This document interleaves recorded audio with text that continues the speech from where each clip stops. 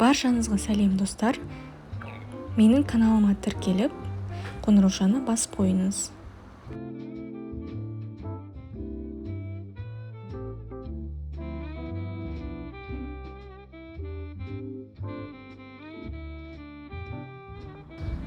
Бүгін сіздермен өте керемет әрі жұмсақ болып шығатын хворостың рецептімен бөлісемін. Алдымен таза әрі құрғақ ыдысқа 3 жұмыртқаны жарып аламыз.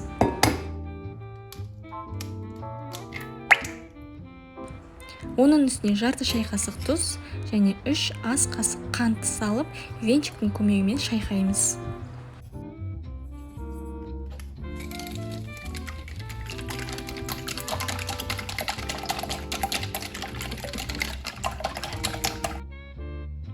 Жарты шай қасық ас содасын салып, тағы да араластырамыз.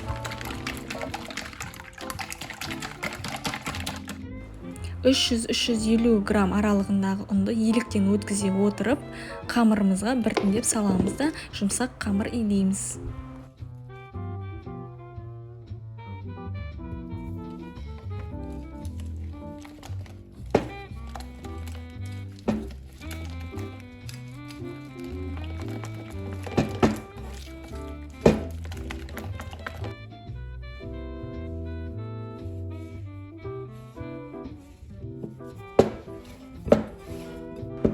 Әбден ие қанғанша илеп, целлофан пакетке салып, жарты сағатқа демалуға қалдырамыз.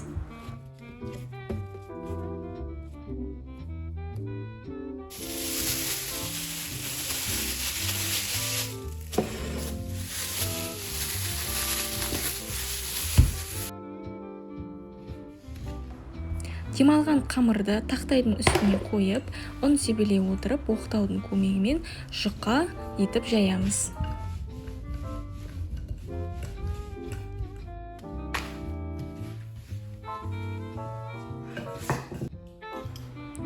Арнайы пышақтың көмегімен осындай ұзыншалар кесіп дайындап аламыз.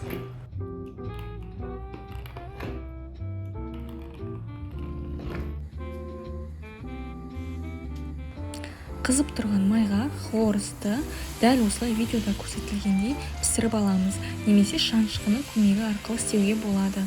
Май қатты қызып тұрғандықтан өте тез піседі.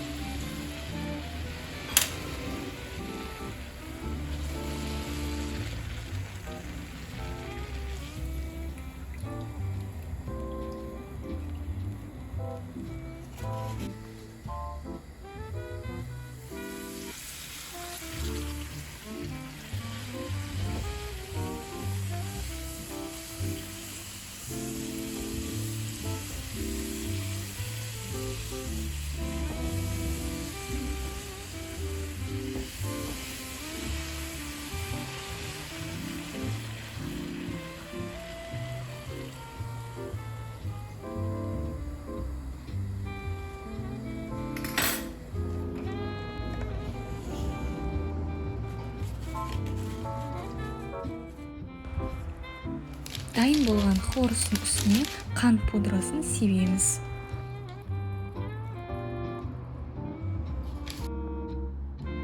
Өте жұмсақ әрі ауызда еритін хворостымыз дайын, ас болсын.